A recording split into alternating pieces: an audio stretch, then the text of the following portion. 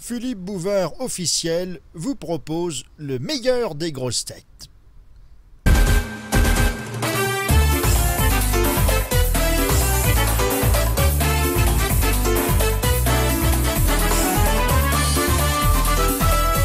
Les grosses têtes de l'été avec Philippe Bouvard sur RTL. Bonjour, c'est notre saison d'été qui commence et elle me réjouit pour deux raisons. D'abord parce que, partant chacun de notre côté, nous n'allons pas pour autant nous quitter. Et ensuite parce qu'ensemble, nous allons revivre les meilleurs moments d'une année faste qui, après notre 30e anniversaire, nous a permis d'enregistrer nos meilleurs sondages. Nos premiers invités sont deux très grands comiques. Le second, que vous entendrez tout à l'heure, François Pirette, n'était jamais venu aux grosses têtes. Et ça a été une excellente découverte. Le premier, Jean-Marie Bigard, est l'une de nos vedettes fétiches. S'il a eu une existence difficile, pas toujours béni des dieux, il a été du moins béni par le pape depuis que Nicolas Sarkozy lui a demandé de l'accompagner au Vatican. Après avoir déridé des millions de spectateurs, Bigard a choisi de raconter un parcours beaucoup moins drôle que lui. Grand mystique, capable de prier jusqu'à 12 fois par jour, entre deux prestations plus gauloises que chrétiennes, il ne cache, dans un passé qui l'a parfois mis aux limites du désespoir, ni sa jeunesse orageuse, ni ses déconvenues sentimentales, ni ses problèmes fiscaux, ni son diabète, ni la santé de sa femme. Mais rassurez-vous, gaiement, sans aigreur et sans regret, avec toujours le mot qui déride, l'expression qui frappe et une bonne humeur communicative.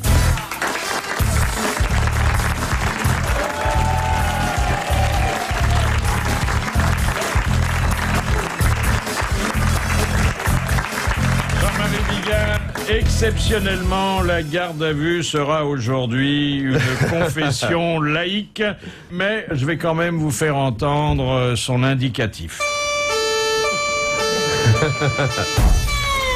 Est-ce qu'il n'est pas injuste, et là je me réfère à ce livre intitulé « Rire pour ne pas mourir », qui est à la fois un titre et votre devise. Est-ce qu'il n'est pas injuste qu'un homme comme vous, qui fait rire tant de gens, ait connu autant de malheurs?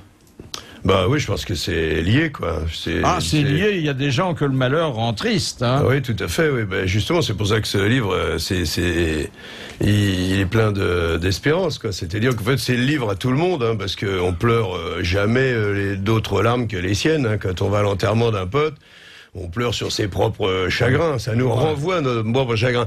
Mais sauf que je m'en sors bien puisque je suis là devant vous. C'est vrai. Donc l'histoire finit bien et donc ça fout la pêche, je crois, de savoir qu'on peut surmonter les obstacles. Donc vous n'appartenez pas à l'espèce des humoristes. Oui, je tape d'un seul doigt. Ah d'accord. Vous n'appartenez donc pas à l'espèce des humoristes désespérés. Ah non, pas du tout. Non, au contraire, je suis absolument pas désespéré. Je suis même super content. Je sais pas, quand on m'a dit pourquoi t'as écrit un bouquin, j'ai dit bah c'était juste une question de vie ou de mort, quoi, en fait. Hein, c'était pas très important. J'ai commencé à déballer un petit peu avec Lionel Deroy qui m'a aidé à faire ce livre, et puis je me suis fait baiser tout de suite, quoi. C'est-à-dire j'ai ouvert la boîte de Pandore, tous les diablotins sont sortis, et j'ai dit je vais plus jamais arriver à les rentrer. Et donc j'étais au milieu du gué, hein, comme on dit. Donc après, ça a été une question de vie ou de mort de finir ce livre. Et puis je trouve que c'était bien parce que bon, j'ai fait pas mal de trucs dans mon job. J'ai grimpé mon Himalaya à moi. J'ai fait le Stade de France et tout. C'était bien que je dise qui je suis et d'où je viens, quoi. Comment croire en rien de drôle, hein, t'as vu, hein, oui. Comment croire en un Dieu qui s'est montré si souvent cruel? C'est parce que vous êtes ignorant et que vous pensez que Dieu est un vieillard éloigné de nous qui tire les ficelles. Vous pensez qu'il y a Dieu et vous. Mais moi, je ne pense pas ça. Je crois à la philosophie du un, comme Plotin, bien avant Jésus-Christ. Je crois que tout est lié, que cette gigantesque mécanique est là. Enfin, on dit que Dieu est amour. S'il nous envoie tous les malheurs du monde... non, il nous envoie des obstacles parce qu'on est certainement digne de les franchir. Ah, c'est pour nous éprouver. Absolument. Et donc, et il faut savoir, c'est ça la grande leçon d'ailleurs, hein, il faut savoir que si on nous envoie un obstacle, c'est qu'on en est Combien digne. de fois le priez-vous chaque jour? Alors, une douzaine de fois à peu près le matin et le soir. Le soir, même complètement bourré, avant de m'endormir habillé sur le plumard, je fais ma prière. Ah oui. J'en fais j'en ai 2, 3 hein, que je couple comme ça. Mais c'est des soir, prières avant à de vous jouer. ou des prières rituelles? Il y a un peu de tout, quoi. C'est quoi, mon Dieu, faites que je remplisse le zénith demain soir? Non, parce que ça, je finis toutes mes prières par Seigneur que ta volonté soit faite, parce que c'est la seule et unique prière, sinon ça devient un ordre à Dieu, donc. Hein, il dit, putain, me casse pas les couilles, fais ça, s'il te plaît, je crois que j'ai été assez gentil, toi. Non, ce n'est pas un marchandage. Quel type d'aventure il peut encore vous arriver dans l'au-delà, puisque vous croyez à l'au-delà, hein? Bien sûr. Oui. Je crois à Pierre Dac disait vaut mieux le vin d'ici que l'au-delà, mais enfin bon. On m'a redit un autre truc que Pierre Dac disait que je trouve très drôle. Il disait, souvenez-vous que les escargots meurent debout. Dans l'au-delà, qu'est-ce qui peut nous arriver? Eh bien, c'est la loi du karma. C'est un petit peu long à expliquer, mais je crois que plus on a du bon karma, plus la vie d'après est encore meilleure. J'imagine que ici... Où est-ce qu'on peut trouver du bon karma aujourd'hui? J'ai 10%, moi, si vous voulez. Hein. Non, mais c'est tout simplement... ça tient au fait que chaque action entraîne une réaction. Ça me semble d'une logique imparable.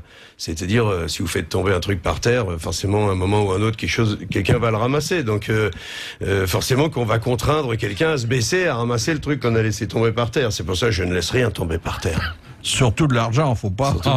Il y a toujours quelqu'un. Est-ce que vous regrettez de vous être moqué de la valise de RTL? Ah ben, je l'ai pas regretté parce que le règlement a un petit peu changé, parce qu'il faut s'inscrire sur une liste pour qu'on vous appelle. Et donc j'étais plutôt assez content. Avant, ça donnait des choses assez curieuses. Hein. Ah oui, Fabrice m'a raconté qu'elle a téléphoné à une femme, elle dit est-ce que vous connaissez le prix? Elle dit attendez, je suis en train de veiller mon mari, donc je vous demande pardon. Donc on appelait vraiment n'importe qui, et ça, tiens, et surtout, c'était une atteinte à la liberté individuelle. C'est là-dessus d'ailleurs que je déconnais on disait à des braves gens qui n'ont rien demandé, vous venez de passer à côté de 5 millions de francs. Voilà, exactement. Oui. Voilà, on leur disait, on expliquait aux gens tous les matins qu'ils venaient de paumer 50 000 balles. Voilà. Voilà, on va pas vous reconduire en prison. On va entendre seulement la porte, mais vous allez rester parmi nous, vous le méritez bien.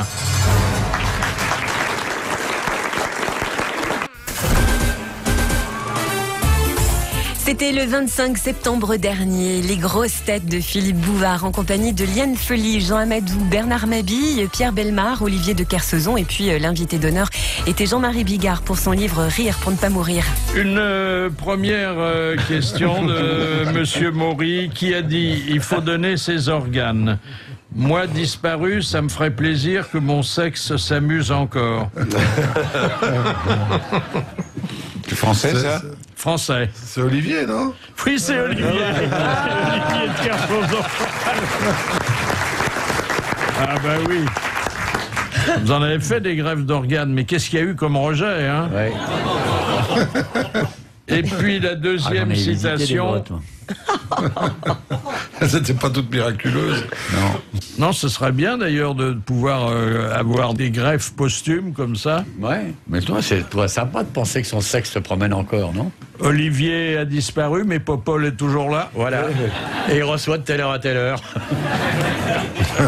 La deuxième citation, alors, est plus en accord avec votre démarche et votre psy. C'est Madame Cassagne qui la propose, qui a dit de Freud « Son crâne ressemblait à un escargot de Bourgogne. La conséquence est évidente, si on veut manger sa pensée, il faut la sortir avec une aiguille, alors elle vient tout entière. » Français? Pas français, mais s'exprimant très bien dans notre langue. Peter Ustinov? Non. Il n'était pas répertorié comme comique, d'ailleurs il ne riait jamais, mais il était quand même très drôle. Et il était obsédé par la psychanalyse, par Freud, par Lacan. Ah, c'est un comédien, Français. Un comédien?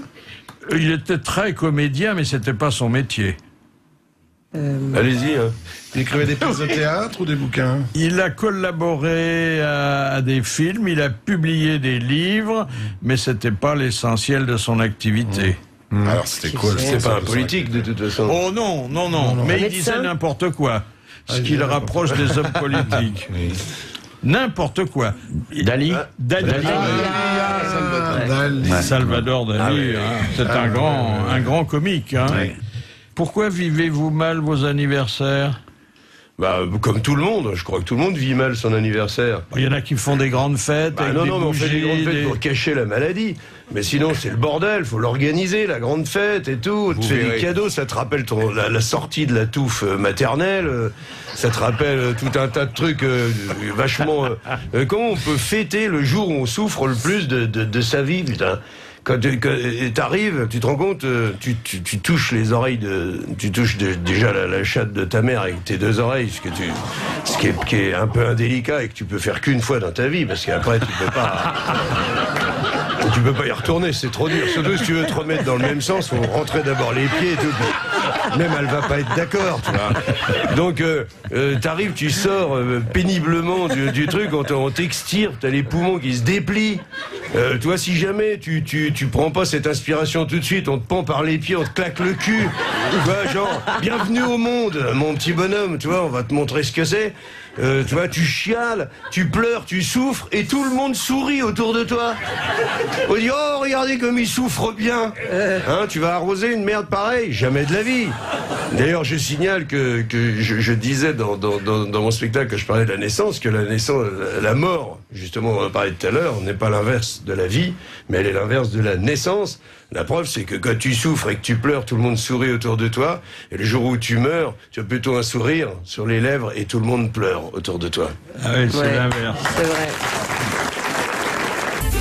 La suite de vos grosses têtes de l'été sur RTL le 25 septembre dernier, il y avait dans le grand studio de Philippe Bouvard, Liane Folly, Jean Amadou, Bernard Mabille, Pierre Bellemare, Olivier de Kersauzon et l'invité d'honneur Jean-Marie Bigard. Est-ce que vous ferez don de votre fameux slip kangourou au musée Carnavalet? Pourquoi pas? J'en ai déjà donné un aux enchères. Vous avez vendu un slip aux enchères? Aux enchères, ouais, c'était pour une bonne cause. Vide. Mais vide, oui, il n'y avait rien. Vide et il n'y avait rien dedans, non. Et ça a fait... Oui, parce que d'ailleurs, je le dis dans mon spectacle, hein, je dis, nos mères, à nous tous, hein, nous ont dit, mets un slip propre au cas où tu aurais un accident. On vous a dit ça. Ça déconne, c'était très important. C'était l'honneur tout entier de la famille qui était en jeu. Hein. Moi, ma mère, elle me disait, tu te rends compte, qu'est-ce qu'on va penser de nous? Si t'as un slip sale, on pensait qu'on n'est pas propre, qu'on se lave pas. Et maintenant, les mamans ne disent plus ça aux gamins. Alors, ça vient de quoi? Est-ce que les jeunes sont plus propres que nous? C'est bien possible, hein. Je me tourne vers mes amis, mais c'est bien possible, on a gagné en hygiène, c'est vrai, mais à mon avis, c'est parce que maintenant, les jeunes, ils ont des slips de couleur. Hein, ça change. Ben oui, monsieur, je vais te dire, avec un slip noir, tu fais 4 jours sans problème. Hein. Bah, qui c'est qui va te gauler, franchement? Faut s'approcher tout près, faut sentir, tu vois. Ou alors s'il y a des morceaux, des trucs comme ça. Mais nous, à l'époque, moi je suis fier d'appartenir à cette époque. Hein, nous, à l'époque, les slips, c'était blanc. Nous, la couleur, on la faisait nous-mêmes. À la main. Enfin, à la main. Bon, en réalité, il y avait que 2 couleurs, pour être honnête. Hein. 3 pour les filles. Oh, quoi? J'ai pas tué le chien. Regarde, les filles, sur la fin, elles reviennent à 2 couleurs. Hein. Si, en vieillissant, elles redeviennent un peu intelligentes sur la fin. Elles font comme nous. Avez-vous fini de régler votre ardoise cinématographique? Ah oui, ça a été un gros trou à l'époque, mais il a été largement comblé. D'ailleurs, je souligne que cet échec monumental, 3 ans de boulot, et puis à 14h15, on te dit au revoir, monsieur. Personne ne va voir le film. C'est pas qu'ils n'ont pas aimé mon film. Hein. Non, ils sont pas venus. À Bordeaux, il y a eu 5 séances avec 0. Les 5 séances ont fait 0. Il est venu 0. C'est quand même un record, ça. C'est fou. Hein, et donc, ils sont pas venus. Moi, j'ai pu un rond, tout. Là, je me saoule la gueule pendant à peu près 1 mois. Je pense que... Et puis, au moment où ma femme me dit, là, je crois que tu vas mourir, je mets un coup de rush. Je dis, je vais écrire Bigard met le paquet. Et puis, ça passera ou ça cassera. Et c'est grâce à ce formidable creux que la vague a pu être belle. Parce qu'il faut toujours c'est pas Olivier qui me contredira, il faut toujours un beau creux pour qu'il y ait une belle vague. Que dit de l'argent votre maître à penser indien? Il dit l'argent a ceci de comparable au fumier que si on le laisse en tas, il pollue l'air, mais si on le disperse dans le champ, il donne des moissons merveilleuses. Ah, ouais. Oh là là. Et ça permet aux moineaux de sentir la merde aussi. Donc, comment il s'appelle, votre gourou? Il s'appelle Baba, mais c'est un grand maître indien qui est connu disons, d'1 milliard d'Indiens et puis de plusieurs centaines de millions de personnes sur toute la planète. Et vous l'avez rencontré?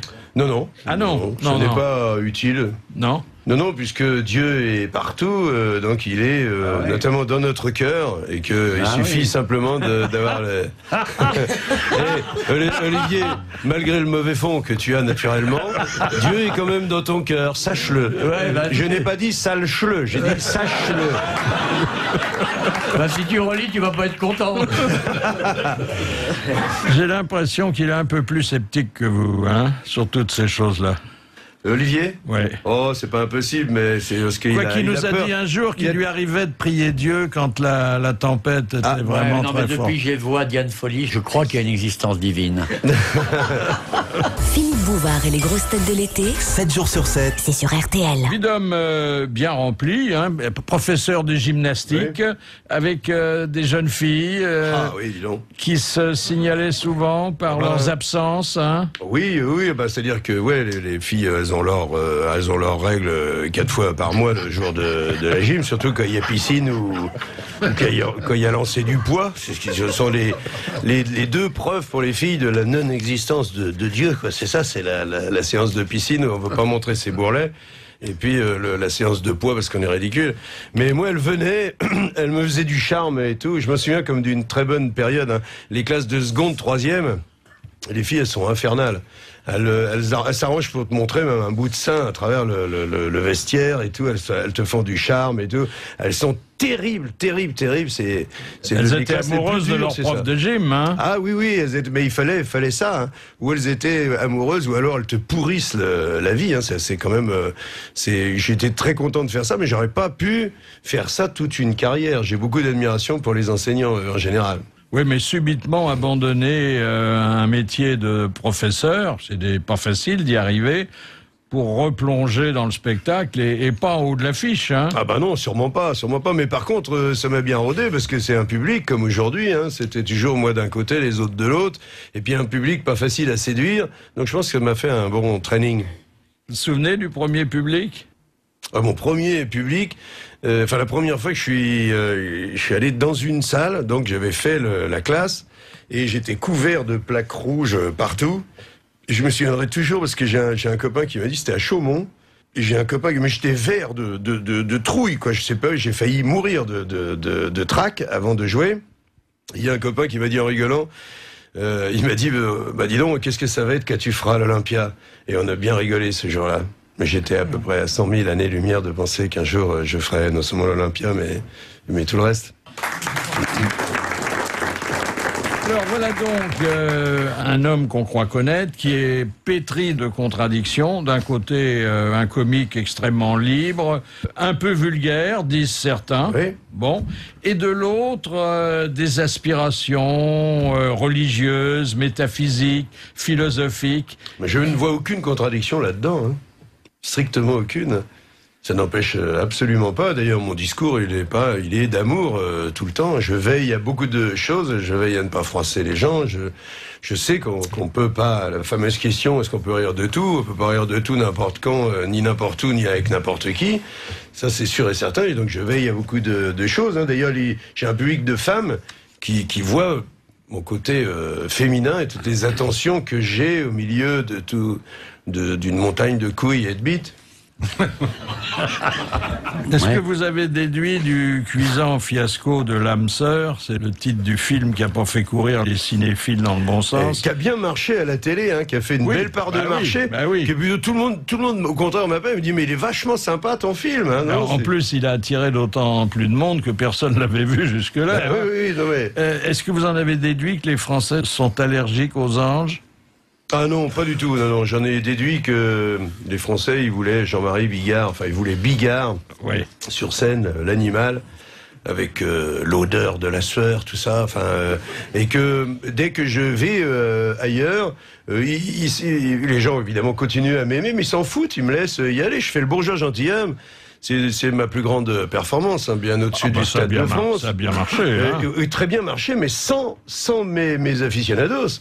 On pensait, nous, avec Alain Sachs, qu'on allait avoir 2 fois le vent dans le dos, tu vois. Déjà, qu'on allait avoir des gens qui allaient être heureux de venir voir un bourgeois en 2006, parce que la mise en scène et l'idée était formidable de le faire en 2006, déchanter le texte en restant à la virgule, et que d'autre part, il y avait beaucoup de gens... Et en roller. Et plein de gens de mon public qui allaient venir, on se dit on va cartonner 2 fois. Ben, on a eu 2 fois le vent dans la gueule. C'est-à-dire que, premièrement, les miens ils sont pas venus, parce qu'ils s'en foutent, ils ont dit il fait le bourgeois, bon très bien, il va bien s'en sortir. Et puis, les gens de théâtre, hein, les cheveux bleus comme on les appelle, ils ont dit attends, le bourgeois gentilhomme avec Bigard, tu m'excuseras, mais je vais laisser sécher un petit peu, tu vois.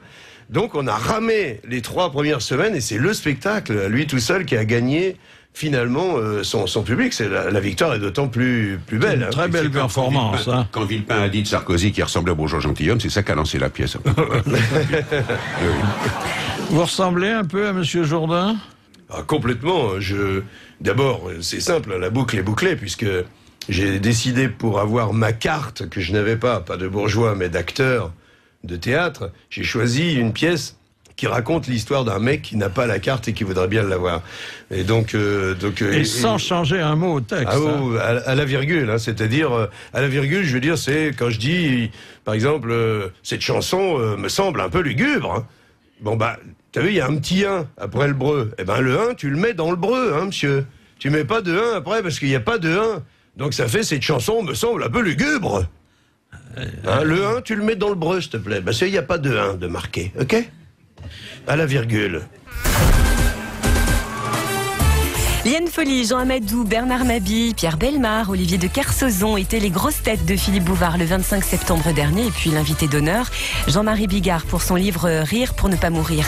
Est-ce que de tourner prochainement Le Missionnaire va améliorer votre position? Ah ben certainement. Ah, voilà une bonne question. Certainement. Non mais j'ai hâte d'être au printemps, parce que c'est une comédie super rigolote, chaude, assez forte, quoi, parce que c'est l'histoire d'un malfrat quand même qui a un frère qui est curé, et les deux vont se croiser, quoi. L'autre, il sort de cabane, il demande une planque à son frère. Son frère, lui, il dit c'est le dernier service que je te rends, tu vaux rien et tout. Et il arrive là-bas et devant l'église, il y a un attroupement. Et en fait, le mec qui doit le cacher, le curé qui doit le cacher, il est mort. Et on me prend pour le nouveau curé. Et donc ce mec qui sort de tôle, qui met d'abord un coup de boule et qui parle après, tu vois, un peu genre Olivier. Ce mec va se révéler être une bonne personne, et il va régler les problèmes que le vieux curé n'a pas réglés en 35 ans, et grâce au secret du confessionnal, il sera au courant de tous les petits trucs du village, et il va régler les problèmes les uns après les autres, contre sa volonté de départ qui est de ne régler rien et aucun problème à qui que ce soit. En soutane ou pas? Alors, non, je crois qu'il va le faire moderne. Par contre, l'autre, mon frère, lui, il va être obligé d'aller négocier les bijoux avec les malfrats. Et donc les deux vont se croiser, ils vont être chacun dans un univers qu'ils ne connaissent pas du tout, et ça prête à des quiproquos et des... C'est bien, parce que vous allez pouvoir faire votre prière pendant les heures de boulot, là. Ouais, non, mais je la fais toujours un petit peu, mais non, mais arrêtez avec ça, ça me gêne pas du tout, ça ne m'empêche pas d'être... Pas du tout. Pensez que vous vous êtes recueilli un peu avant d'entrer dans notre grand studio, ça vous émeut, hein? Non, mais c'est vrai. Est-ce que la guerre entre les automobilistes et les piétons continue? Non, elle continue pas, mais je vois à quoi vous faites allusion. Oui. Moi, je la ressens, que je sois piéton ou automobiliste, je sens bien qu'il y a... on se regarde en chien de faïence. C'était surtout cette idée de sketch du mec, tu sais, qui traverse le feu, passe au vert, il y a un mec qui est sur le passage piéton, et il se presse pas, tu vois. T'as celui qui fait semblant de se presser. Là, je parle d'un rapport entre deux personnes qui se regardent dans les yeux. Hein. Un piéton, donc... et un automobiliste. Si le piéton, il fait semblant, ou alors si c'est une vieille dame, hein, on est des gentlemen, on dit allez, magne-toi le cul, la vieille, magne-toi le cul. Bon, on est des gentlemen. Mais quand c'est un jeune trou du cul, qui te regarde droit dans les yeux, Le feu est passé au vert. Il est au milieu. D'abord, il est passé quand son petit bonhomme, il était rouge à lui. Il est passé. Il a fait une première erreur. Il te regarde dans les yeux et qui ralentit au point que tu te dis « Putain, si cet enculé ralentit encore un peu, il recule ?» hein, et qui te regarde dans les yeux en disant « Je passe à la vitesse que je veux ». J'ai estimé qu'entre deux êtres humains, c'était une petite déclaration de guerre. Oui, et que donc, on incitait l'autre à démarrer. Ce qui a fait dire après Daniel Schneiderman, je le cite d'ailleurs, je lui taille un costard dans le bouquin, de dire que donc celui qui a la voiture et qui est le plus fort a le droit d'écraser le plus faible, ce qui n'est évidemment pas le propos du sketch. En plus, depuis que les piétons sont comptés, on peut pas en faire ce qu'on veut. On plus droit maintenant de les écraser. J'étais à Genève il y a quelques mois, devant la gare de Cornavin, et à droite et à gauche, rien, pas une bagnole. Et le feu était au rouge. Et j'ai traversé. Et de l'autre côté du trottoir, quand je suis arrivé, il y avait une petite dame de 75 ans, une petite vieille, qui m'a dit, faut pas traverser au rouge. Je lui ai dit, oui, madame, mais il n'y avait pas de voiture. Ouais, mais faut pas traverser au rouge. C'est pas bien, ça, quand même. Et d'un seul coup, je pense qu'il m'a pris. Je lui ai dit, vous savez, moi, de toute façon, la vie m'intéresse plus. Alors je me suis dit, après tout, oui, mais d'être handicapé, c'est pas rigolo non plus, elle m'a fait. Les grosses têtes de l'été avec Philippe Bouvard. De 16h à 18h sur RTL. Vous êtes fait réformer ? Je me suis pas fait, en fait. J'ai tous mes copains, c'était la grande mode de se faire réformer. C'est d'ailleurs maintenant, je dis à 53 ans, je dis maintenant quelle grande tristesse que le service militaire n'existe plus, parce que il serait le maillon manquant entre l'autorité parentale qui n'existe plus, c'est-à-dire la déliquescence de la famille, et puis tous les gosses, nous à l'époque, même tout le monde ressortait avec son permis de conduire, son permis moto, son machin. Maintenant, ça nous sauverait si on avait un service obligatoire. Ça nous sauverait la mise vis-à-vis des jeunes. Mais moi, j'étais sourd d'une oreille. Pour ajouter au clafoutis, j'étais sourd d'une oreille, j'avais une otite chronique avec un écoulement, donc j'ai été de toute façon réformé. Mais tous mes copains ont tout fait. Ils mangeaient 60 œufs la veille pour avoir je sais pas quoi dans le sang, tout pour être réformé. Tout le monde faisait ou des biles mentales, ou on voulait pas y aller, quoi. C'était il y avait aussi l'incontinence urinaire, ça marchait bien. Aussi. Ça, hein. Et puis le côté 68ard, quoi. C'est-à-dire, on voulait pas qu'un sergent-chef de carrière qui avait un lexique de 350 mots nous donne des ordres et nous fasse refaire notre vie. Justement, puisque vous étiez sourd, insupportable. Vous étiez sourd, ça vous aurait pas gêné? Non, oui, évidemment. Mais... Dites-donc, la modestie et vous, hein, ça fait deux. Vous écrivez pendant près de 3 ans, je pense avoir été l'un des meilleurs professeurs de gym de l'éducation nationale. Eh ben, je maintiens, parce que justement, j'allais pas être là longtemps, et que j'ai utilisé toute mon énergie, ce qui est, encore une fois, je le répète, impossible à faire sur toute une carrière. Tu te fais laminer par les gosses, hein. Toutes les 2 heures, ils changent, t'as un groupe de 30 qui arrive tout neuf, tu vois, qui sont tranchants comme des lames de rasoir et tout, tu peux pas tenir le coup. Mais je pense que pendant 3 ans, j'ai été très bon. Court, mais bon. Vous vous souvenez de votre pub pour une marque de fromage? J'ai retrouvé, en écrivant mon livre, tous les calepins, j'ai retrouvé, parce que je conserve pas mal les choses, j'ai retrouvé les 20 calepins, 20 ans de ma vie, donc, depuis que je suis arrivé à Paris, y compris avec tous les rendez-vous, le sketch avec vous, le machin. Je vois premier rendez-vous avec Laurent Bassy. J'écris Bassy parce que j'ai pas bien entendu son nom. Donc, ça m'a fait faire un voyage dans le temps énorme, et donc, j'avais à l'époque, je devais faire, pas loin de 15 ou 20 castings de pubs, on en parlait tout à l'heure, par semaine. C'était un moyen pour gagner un peu d'argent, pour subsister. Et puis, j'étais trop typé, pas assez typé, non, tout le temps non, comme vous, non, tout le temps non, tu vois. Et je m'acharnais, et un jour, une copine, elle me dit, bah tiens, tu m'accompagnes, j'ai un casting. Je dis, volontiers, je l'accompagne, donc je fais pas le casting, hein. Et d'un coup, le mec, qui se pointe, il me dit, oh là là, il me dit, et toi, viens voir. T'as un peu une tête d'Indien, il me dit. Donc, avant de lui mettre une baffe dans la gueule, je lui demande de quoi il s'agit. Et il me dit, mais tu serais génial. Il dit, viens voir, on fait une photo. Et boum, je suis pris pour le fromage Bourseau. On me met les nattes d'Indien, torse nu. J'ai les bras croisés comme ça. Et je parle pas, hein, c'est une voix qui parle à ma place, parce qu'ils veulent même pas de ma voix. Et je fais juste 2 regards comme ça. Tu vois. Et la pub, c'était fromage ou dessert, tu vois, pour Bourseau. Il me paye 1000 francs. 1000 francs. Philippe, 1000 francs, j'ai vécu 1 mois et demi avec ça. Faut dire qu'au menu, il n'y avait pas grand-chose, hein, au menu quotidien.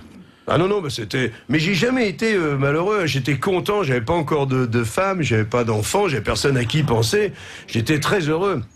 Je jouais au point virgule, on jouait pour 7 payants, des fois 4 payants et 3 invités, on jouait quand même. Le samedi, quand il y avait 18, on hurlait de joie, on dit « Ouais, 18, putain, génial !»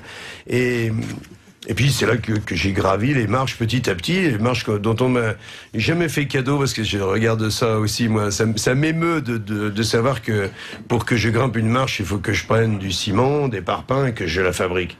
Alors, on vous a fait le procès, pour nous, bien sûr, hein, ça aurait été malvenu d'employer des mots grossiers, vulgaires. Même Mitterrand vous l'a reproché. Ah bah, hein. oui, il me l'a fait très fort, par l'intermédiaire de, comment il s'appelait de Kiechman, non? Ah, Kiechman, son avocat, oui. Oui, qui a dit à l'Assemblée nationale, donc j'ai quand même été dans le journal officiel, hein, quand j'avais parlé des enculés de gauche et des enculés de droite, c'était très simple, hein, je disais, moi, quand on sait qu'on peut tous être un enculé un jour ou l'autre, je préfère être un enculé de droite qu'un enculé de gauche, parce qu'au moins il a un peu prévenu.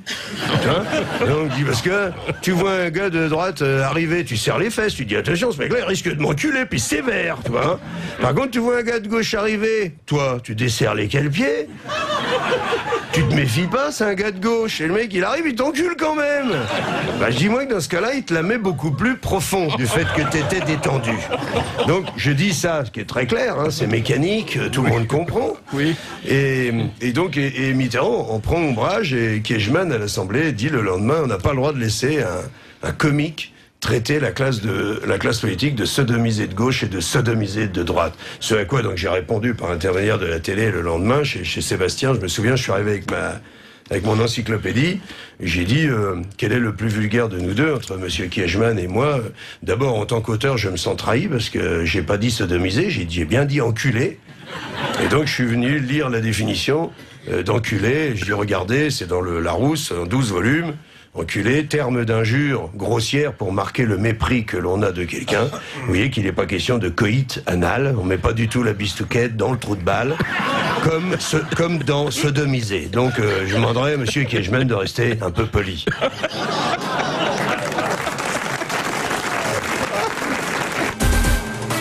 Et c'est la suite des grosses têtes de l'été sur RTL. Ah, j'ai retrouvé dans notre sonothèque le discours de réception du prix de la méchanceté qu'avait prononcé ici même quelqu'un que vous connaissez peut-être, Stéphane Guillon. Ça vous dit quelque chose? C'est vrai. Un méchant, hein? Oui. Un vrai méchant. Je suis très honoré de recevoir le prix de la méchanceté. Merci. Dans ma famille, la saloperie est une tradition. Méchant de père en fils. Grand-père était un enculé, père était un enculé, et moi-même, je suis un enculé. Ce prix me touche d'autant plus que l'été dernier, comme vous le savez, j'ai eu une maladie grave. J'ai fait une druckérite aiguë. J'aimais tout le monde, tout le monde. Ma fiancée est entrée dans le salon, j'écoutais du Patrick Fiori. Elle a cru à un gag et quand je lui ai dit « j'adore cette musique », elle a compris que c'était grave. Oui, j'avais eu des alertes dans le passé. Une fois, j'avais dit Vincent Delerme, quel swing ce rocker !» J'avais plus de recul. On me disait, t'as vu, Romane Cerda sort un disque parce qu'elle est avec Renaud. Je répondais, non, non, elle sort un disque parce qu'elle a du talent. Une moule. Une vraie moule. Alors, je profiterai de ce prix pour lancer un appel. Actuellement en France, dans le monde des médias, journalistes, animateurs, chroniqueurs, politiques, 8 personnes sur 10 souffrent de druckérite aiguë. Envoyez vos dons. Institut Fogiel, rue de la Fouine, Paris 8e. Merci.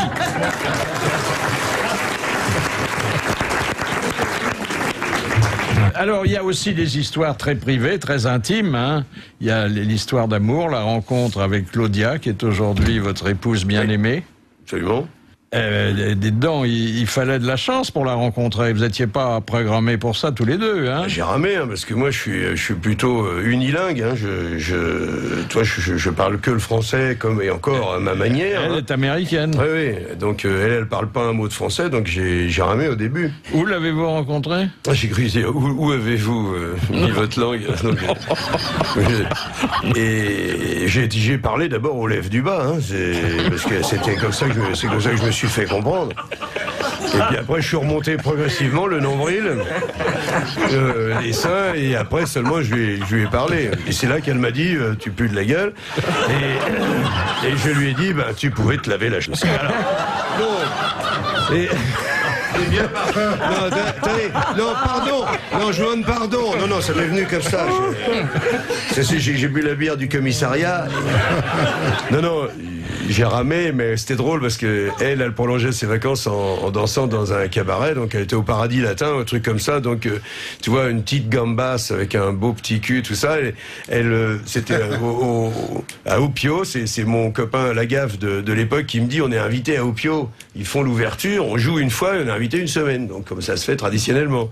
Donc nous voilà partis là-bas, et à Opio, donc ils avaient aussi invité 6 filles du Paradis Latin qui levaient la jambe devant nous, et nous faisaient nos spectacles. Donc on était dans les mêmes loges, dans les mêmes endroits, on était reçus comme des invités, donc on était tout près l'un de l'autre. Ma femme a gentiment rigolé à mon spectacle quand les autres rigolaient, parce qu'elle ne comprenait absolument rien. Elle a attendu plusieurs semaines avant de demander à une copine ce que c'était une chauve-souris. Mais je l'ai niqué quand même. Et après, ça a pu être que des emmerdements après. Hein. Mais c'est ma petite femme, je la enfin, garde pas des emmerdements, des soucis, ce qui est différent.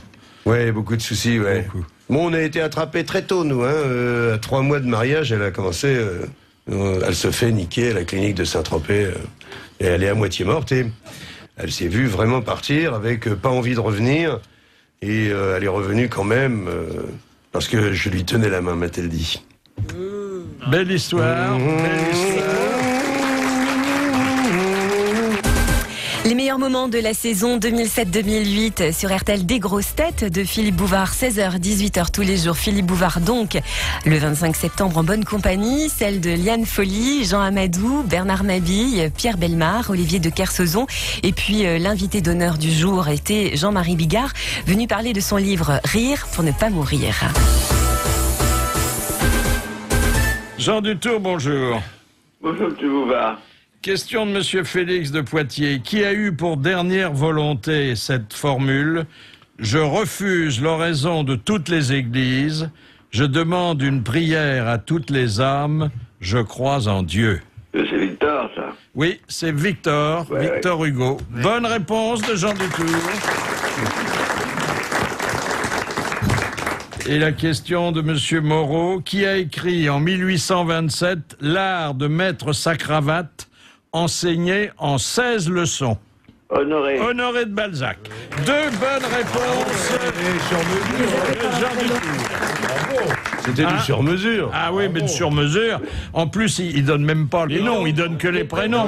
Hein. Bah, vous savez que je vis avec eux depuis si longtemps. Merci, Monsieur Dutour. À demain. À demain, Monsieur Bouvard. La honte de l'invité d'honneur. Je crois que ça se passe dans une clinique. Oui. Ma plus grande honte, hein, c'est ça. Ma femme se fait opérer de l'appendicite, un truc comme ça. Mais bon, on attend. C'est un peu long parce que il m'a expliqué après, il la trouvait pas. Il lui fait une cicatrice de 1,20 m. Enfin bon, elle revient dans la chambre. Donc on est à l'hôpital américain. Il y a le chirurgien qui m'honore de sa présence.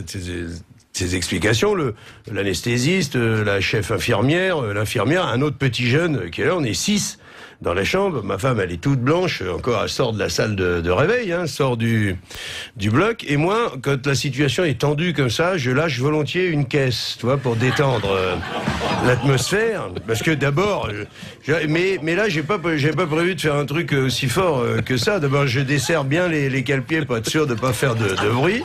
Et je sors une énorme la sournoise comme on l'appelle, qui te brûle les poils du cul, tu vois, en sortant. Et malheureusement, elle est longue, je fais 1 mètre cube d'hydrogène sulfureux, puisque c'est la composition chimique du très sulfureux, hein, moi le mien. Quand tu sais que moi je peux tuer un teckel à 5 mètres, D'ailleurs, l'animal ne souffre pas, c'est rupture d'anévrisme direct, il ne se voit pas partir, hein, l'animal. C'est solide, un teckel, hein. Donc, là, on baigne là-dedans, c'est un cauchemar, quoi, je suis là, et il y a ma petite femme, Donc, parce que là, je bénéficie encore de la présomption d'innocence. On est 6, ça peut être n'importe qui a lâché cette caisse immonde. Hein. Encore qu'on me regarde bizarrement. Mais à ce moment-là, ma petite femme, en laissant les yeux fermés, elle donne l'adresse de Jean Moulin. Elle se retourne et elle fait « Ah !» Elle m'appelle Pompon hein, dans l'intimité. Donc, elle pense qu'on est que tous les deux. Hein. Elle fait « Ah, Pompon, t'as pété, tu pues !» Alors... Évidemment, tout de suite après, tout le monde me confirme dans la pièce que, par des oscillements de tête, hein, que ça pue, que c'est un cauchemar. Hein, et je sens qu'on me le reproche un peu. Alors, donc, moi je dis, il y a une infirmière qui dit on pourrait peut-être ouvrir la fenêtre. Moi je fais oui. Il fait un froid de canard dehors. Et après, donc là, c'est la crise de rire parce que je leur dis et on serait pas mieux pour parler dans le couloir, hein, pour laisser ma femme se reposer. Et là, l'anesthésiste, il m'a dit, je pense en plus qu'elle va dormir encore 1 heure ou 2. On va la laisser récupérer. Et là, dénoncé par ma propre femme dans son sommeil. C'était la honte. Et elle m'a foutu la honte de ma vie, ouais. Ah mais j'en avais d'autres, des hontes. Tiens, j'ai rigolé parce que quand j'ai pensé à cette honte, hein, je fais la photo de Michel Drucker. On est 200, vous êtes avec moi. On est 200 personnes, hein, donc les moins connus sont Philippe Bouvard et Bernadette Chirac. On est 200, je suis à côté de Chevènement.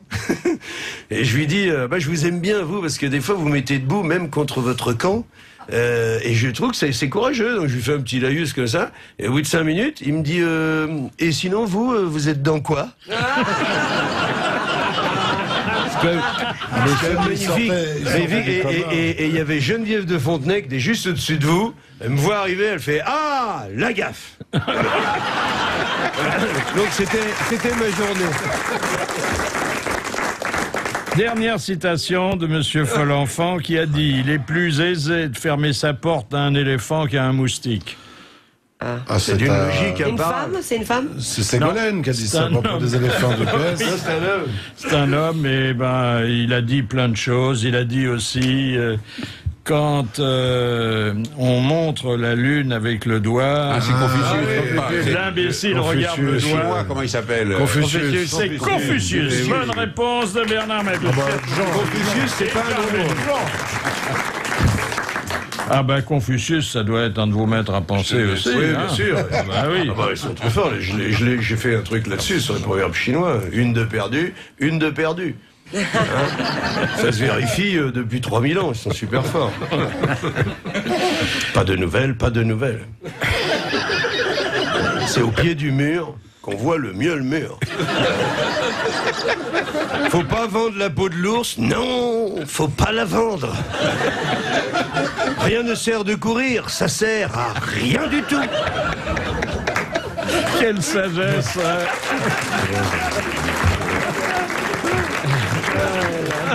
L'histoire du jour a été envoyée par Madame Brochard de Lemay-sur-Èvre. Je pense qu'elle va pas choquer Jean-Marie Bigard. Non, je pense pas non plus. Même racontée par Bernard Mabille. Alors c'est un type de la campagne qui va se marier, seulement il n'a aucune expérience des choses de la vie. Il est donc très inquiet pour la nuit de noces. Il en parle à son père qui lui promet de se mettre derrière la porte pour lui donner des conseils, au cas où. Le mariage se passe à la ferme et dans de bonnes conditions. Dans la nuit, fidèle à sa promesse, le père du jeune marié va se placer devant la porte de leur chambre. La mariée commence à se déshabiller, mais le jeune est pris d'une telle frayeur qu'il recule, trébuche, tombe de la fenêtre et atterrit dans le purin. Il crie alors à son père « Papa, je suis dans la merde !» Et le père lui répond « Change de trou, imbécile !»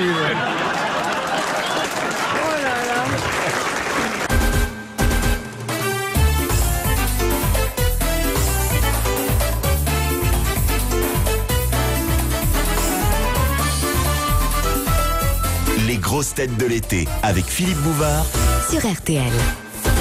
François Pirette est une espèce de Coluche belge qui serait parti à la conquête de la France. Il est venu plusieurs fois aux grosses têtes, mais à l'époque, il était resté dans la salle, mêlé au public.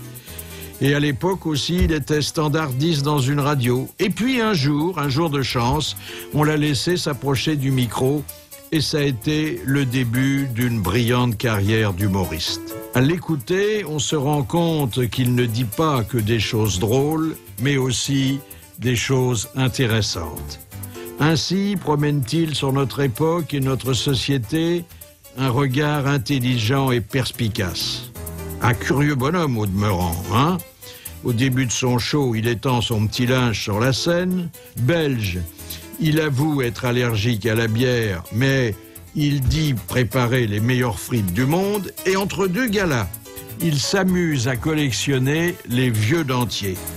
En l'écoutant, je me suis senti ravi de l'avoir invité et consterné de ne pas l'avoir fait plus tôt.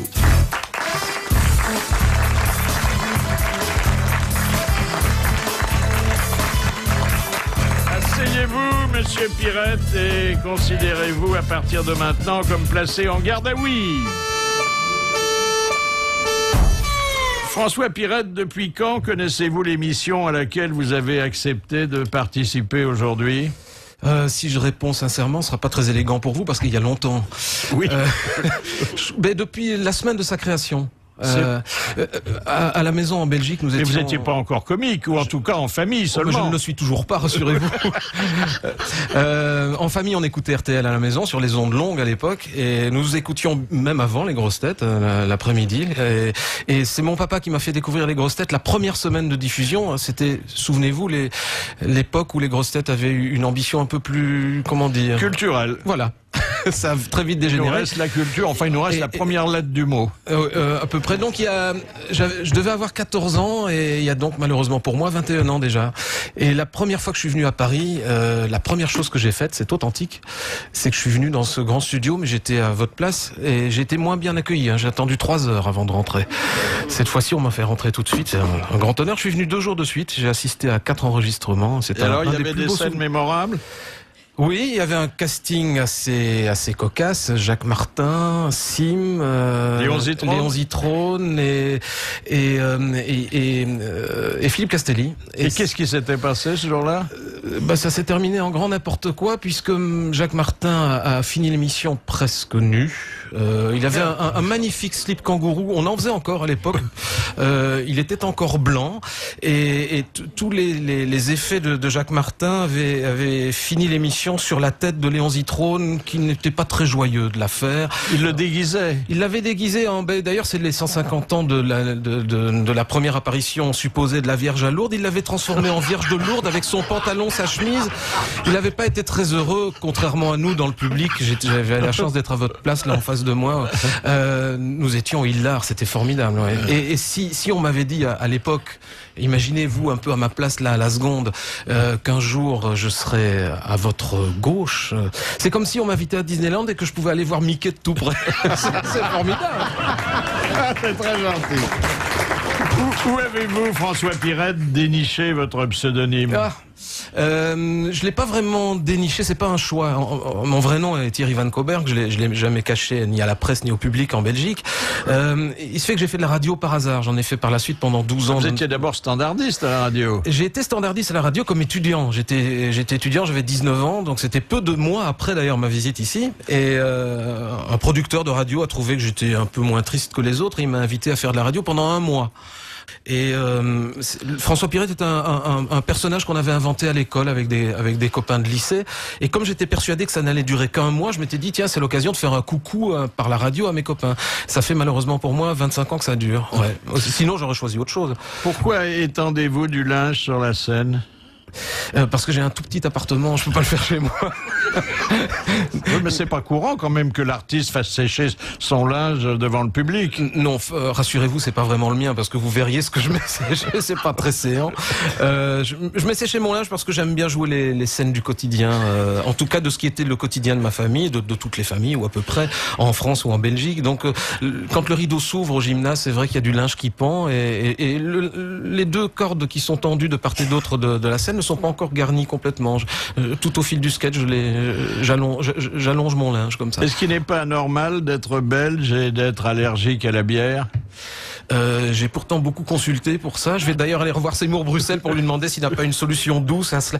Non seulement je bois pas de bière, ce qui parfois me met dans des situations embarrassantes. Il se fait qu'en Belgique, j'ai le statut d'être un peu populaire, et quand je me balade dans des milieux un peu plus estudiantins, dans des bars, etc., sans rien demander, parfois les bières m'arrivent comme ça.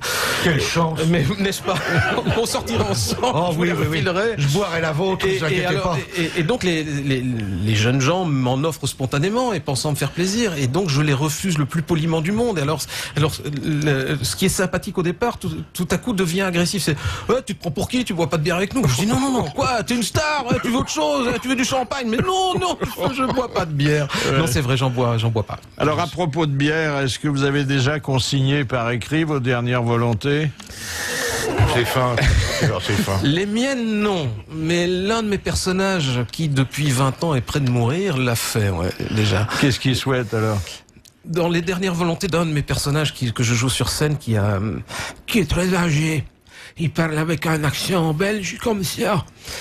Et il dit, j'ai déjà fait mon testament dans lequel je révèle à l'infirmière, parce qu'il vit dans un hospice, qu'en fait, je suis son père.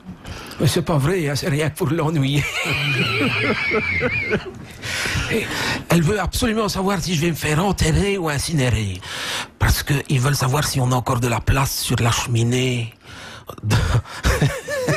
Je vois la tête des gens consternés en disant mon Dieu, mais c'est d'une tristesse. C'est des sujets avec lesquels il est difficile de plaisanter, mais bon, certes, au bout d'un moment. Est-ce que par exemple vous avez trouvé une explication au fait que très souvent les socialistes se font incinérer? Oui, je le raconte dans cette histoire. Oui, ici c'est un hospice socialiste, donc on se fait tous incinérer parce que chez les socialistes, il y a encore comme ça qu'on est plus ou moins sûr de pouvoir remplir une urne.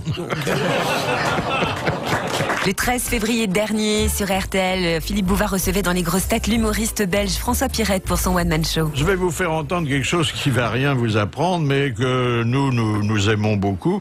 Et puis nous avons une double raison d'aimer cette histoire belge, c'est qu'elle avait été racontée ici même par notre cher Carlos. Une brasserie en Belgique, ils fabriquent de la bière, tu sais, mais artisanalement. Alors, il y a des grosses cuves, il y a 12 000 litres de bière dedans, puis ça remue, le malt et tout ça. Alors, il y a des ouvriers qui sont là depuis 30 ans, il y a Robert qui est vraiment consciencieux, et il remue bien la bière. Et puis il tombe dedans, tu sais. Mon vieux, c'est terrible, alors il y a des gros bouillons et tout. Ça se passe en plusieurs minutes, et puis on sort le corps de Robert, il est mort, noyé dans la bière. Alors, le patron dit, c'est moi qui dois aller annoncer la mauvaise nouvelle à sa femme. Il dit, Madame Robert, il faut que je vous parle. Mais qu'est-ce qu'il y a? Qu'est-ce qu'il a, mon Robert? Votre Robert est malade. Il est malade, mon Robert? Il est même très malade. Il est tombé dans la bière. Tombé dans la bière qu'il savait si bien remuer. Oui, remuez bien la bière, votre Robert. Mais il est tombé dedans. Ah, il est mort. Oh mon Dieu, quelle horreur. Mort dans la bière, mon Robert, lui qui aimait tant la bière. Mais est-ce qu'il a souffert? Non, madame, il est quand même sorti 3 fois pour pisser. Ben, je vois qu'une histoire belge peut faire rire un Belge. Parce que c'est sans doute, sans prétention, l'une des rares que je ne connaissais pas. Ouais. Est-ce que l'art du canular, car c'en est un art, est un peu délaissé aujourd'hui? Vous en avez fait beaucoup, hein? J'en ai fait, à mon goût, un peu trop. Peut-être au goût du public en Belgique aussi. J'en sais rien. J'en ai fait à peu près 11 ans. En Belgique, pendant une bonne dizaine d'années, mon nom était associé au téléphone. Ouais. Ma tête était beaucoup moins connue et pour cause, je ne faisais quasiment que de la radio. Malgré tout, par la presse, quelques apparitions télé. Quand on me croisait dans la rue, les gens faisaient spontanément allô. D'un trottoir allô. C'était un peu désagréable. Mais j'ai fait du canular téléphonique très longtemps. J'ai pris beaucoup de bonheur avec votre collecte de dentiers. Oui, j'avais joué, je pense, je devais être en panne d'inspiration quand même pour trouver ça. J'ai joué le patron vous allez croire que c'est une obsession, mais d'un hospice qui, pour ses nécessiteux, faisait des collectes de dentiers. Or, on sait que lorsque nous perdons des parents, à une époque, je ne sais pas si ça se fait encore maintenant, on ne pouvait pas leur laisser leurs prothèses. Donc, et même pour le souvenir, certains les gardaient. Donc, je téléphonais au hasard, hein, c'était la loterie, je téléphonais et les gens m'offraient spontanément les dentiers de leurs aïeux comme ça spontanément. Et quelques jours plus tard, j'ai reçu à la radio un carton. J'ai ouvert ce carton et à l'intérieur, il y avait des centaines de dentiers qui avaient été portés par beaucoup de gens. C'était assez sordide. D'ailleurs des gens est extraordinaire. Hein. Ça n'a pas diminué. Je me souviens, c'est vous qui aviez fait croire à une brave femme que vous étiez un extraterrestre. Oui, mais il y avait un terrain favorable quand même. Il y a une bonne quinzaine d'années en Belgique, il y a eu une série de phénomènes inexpliqués dans l'est du pays. Les archives donc il y a 20 ans. Il y a 20 ans, puisque les archives de l'armée de l'air sont enfin disponibles sur le net, on en parle beaucoup. On ne sait toujours pas ce qui s'est passé dans cette région. Donc les gens étaient particulièrement sensibles et j'avais téléphoné au hasard aussi. Il se fait qu'une dame a répondu et j'avais trafiqué ma voix par un petit appareil de technique. Et j'ai parlé un peu comme E.T., donc c'était très stéréotypé. Et elle a cru que j'étais vraiment extraterrestre et que la nuit qui allait suivre, j'allais enfin prendre contact avec les humains. C'est-à-dire qu'elle avait été choisie comme famille d'accueil. Comme famille d'accueil, oui, parce qu'elle représentait, elle, avec son mari et son enfant. Je supposais qu'ils avaient un enfant, je vais taper dans le mille. Et ils représentaient pour nous la famille type. Mais c'était très poétique, parce que je lui demandais ce que c'était que l'amour, par exemple. Et elle devait m'expliquer ce que c'était que l'amour. Et ça a duré à peu près 1 heure. Cette dame est restée très consciente tout au long de l'entretien. Et elle y avait cru vraiment. Quelques heures plus tard, j'ai reçu un appel à la radio de son mari, en disant j'aimerais parler à François Pirette, on me l'a passé, mais est-ce que vous avez téléphoné chez moi, telle adresse? Je dis oui, mon assistant ne nous a pas encore rappelé, non, mais oui c'est bien moi, pourquoi? Ah c'est formidable, je suis un fan de votre émission, mais mon épouse est germanophone de langue maternelle, donc elle ne connaît pas bien votre antenne, mais qu'importe, je suis rentré chez moi, elle était évanouie, c'est formidable, elle était tombée en syncope, vraiment, d'émotion, et c'est parce qu'elle lui a dit que j'étais un pirétien et que je venais de la planète Pirette qu'il a compris évidemment qu'il s'agissait d'une blague. Et ce qui était très, très mignon de leur part, c'est que ce canular a fait l'objet d'une réédition sur CD plus tard. Et un jour, ils se sont présentés au théâtre, alors que j'étais en tournée en Belgique, et ils sont venus me faire signer leur disque. Et ils m'ont dit, vous savez qui nous sommes? Non, nous sommes les gens des extraterrestres. Ouais, c'était vrai. Bon, alors mes enfants, s'il vous plaît. Allez, allons-y. Vous êtes bien, très bien sur RTL, avec nos équipes pour ce qu'on annonce, Eugène, comme la rencontre de l'été. Oh, oui, la rencontre de la saison, Christophe. Et quelle saison la plus chaude, la plus belle, allez, allez, la plus RTL. Salut les béloutes. Voilà l'été sur RTL, voilà l'été sur RTL, voilà l'été sur RTL, voilà l'été. Les boules, prends les boules. Ouais, mais j'ai plus de place dans la valise, moi. Laisse tes palmes, je te dis. Puis c'est quoi cette cravate là? Oh non. Bon, on y va, Philippe. Je viendrais bien chanter avec vous, mais j'ai les grosses têtes. Voilà l'été, tout le monde au soleil. Ok, Jean-Pierre, 3, 2, 1, c'est parti. Le pied, on va bronzer jusqu'aux orteils. Plus de métro, Cyril. le boulot. C'est trop, Amanda. On oublie. Allez, debout, monsieur Courbet. Aïe, c'est l'été, voilà le temps des pannes de réveil. Julien, debout. Et il fait si chaud. Sur les coups de midi. Fatigue. Planter des parasols dans les cocktails. Billets glaçons. Ah oui. L'apéro. Donc, est servi. ça mérite des applaudissements. Enfin l'été, enfin l'été, enfin l'été, enfin l'été, enfin l'été, sur RTL, enfin l'été. Alors une première citation que nous envoie Monsieur Legrand d'Angers. Le Grand d'Angers.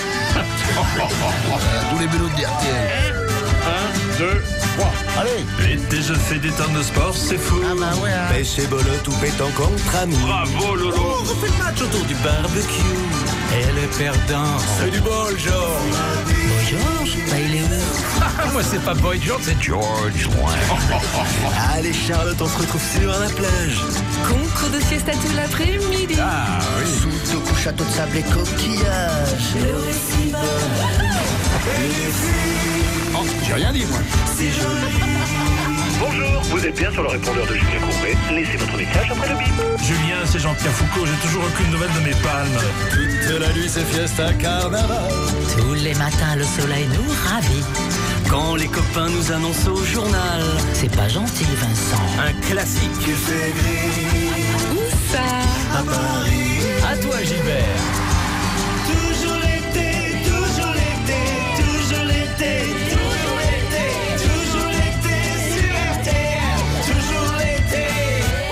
Et tout de suite, l'instantané RTL, Jean-Michel Apathy. Avec Gilbert Montagnier, notre nouveau confrère sur l'antenne d'RTL, Gilbert, qui a retrouvé les palmes de Jean-Pierre Foucault. C'est fantastique, Gilbert. Ah bah oui, attendez, en marchant avec, je me suis tout de suite rendu compte que c'était pas mes baskets.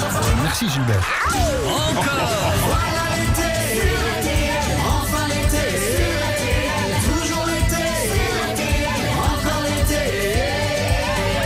Bonjour, c'est Johnny. Depuis toujours, entre RTL et moi, c'est une histoire de cœur. Bah ouais. Merci, bravo. Merci à tous les ch'tis d'RTL. Alors, elle est pas mal notre chorale, hein? La chanson RTL de l'été, c'était les Ruttles. Voilà l'été sur RTL. Et voici la suite des grosses têtes de l'été sur RTL. Alors, la première citation envoyée par Monsieur Borin de Bougival qui a dit « Une femme épanouie sexuellement est beaucoup plus ouverte ». Pierre Desproges. Non, alors, quelqu'un... C'était pas ça se voulait pas drôle. Non, pas du tout, ça doit être entendu au premier degré. C'est Michel Debré, alors. Non, c'est quelqu'un est toujours en vie. En vie, oui. Et ça a été dit au premier degré comme une constatation tout à fait correcte et convenable. Une femme? Non, une femme. C'est une femme. Simone Veil. Non. Pas politique. Est-ce que c'est le nouveau compagnon de Cécilia Sarkozy?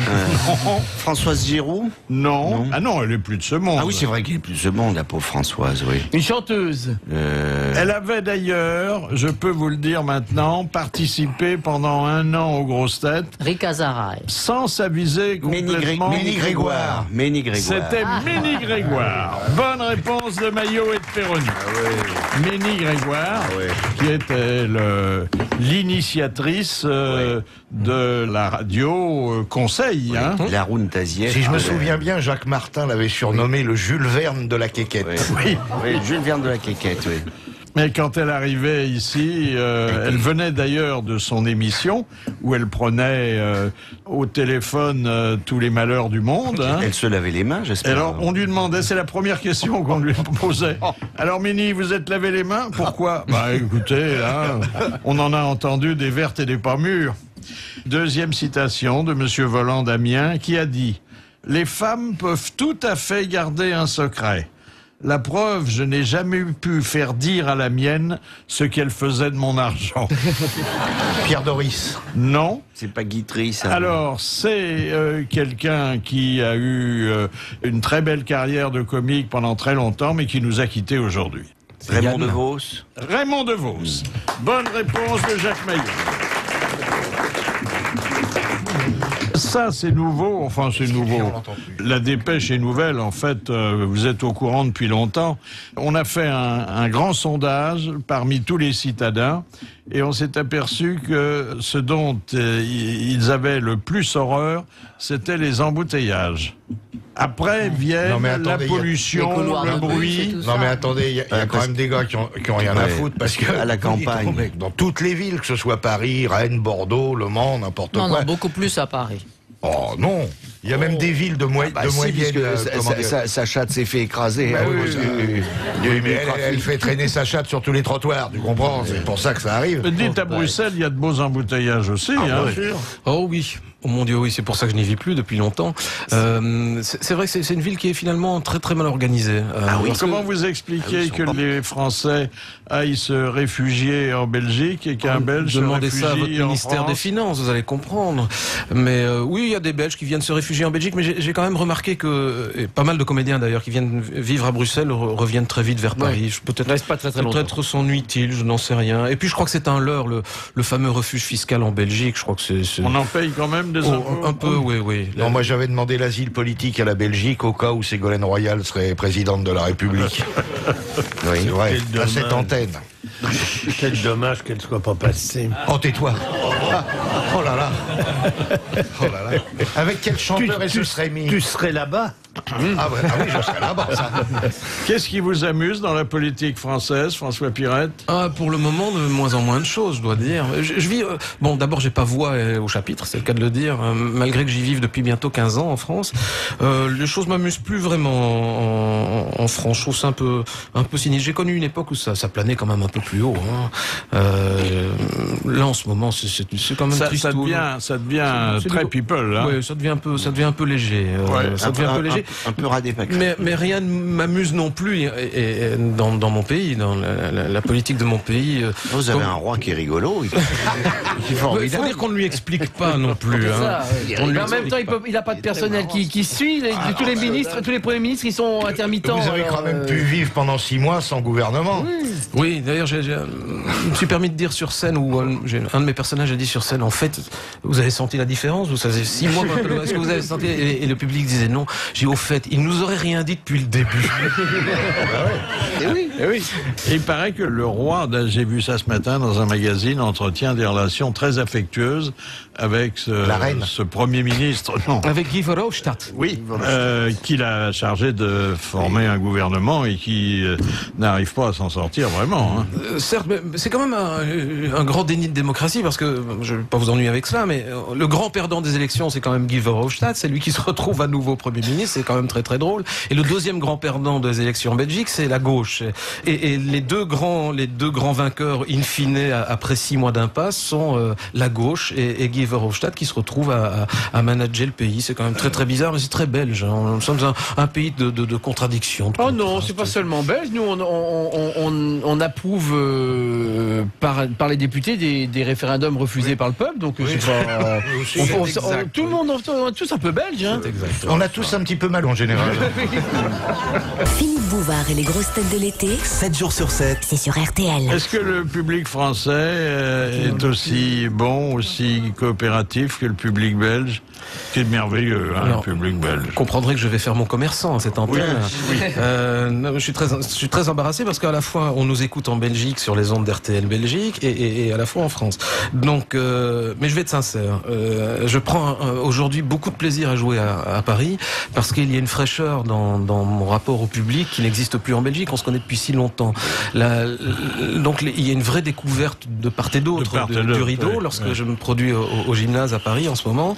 Au-delà de cela, il n'existe pas en Belgique un théâtre où les comédiens vont travailler tous les soirs. Ça n'existe pas. Soit on fait une tournée, soit on ne travaille pas. Bon. Donc c'est un grand confort pour moi tous les soirs d'arriver dans ma loge depuis X mois, d'avoir mes petites affaires rangées, etc.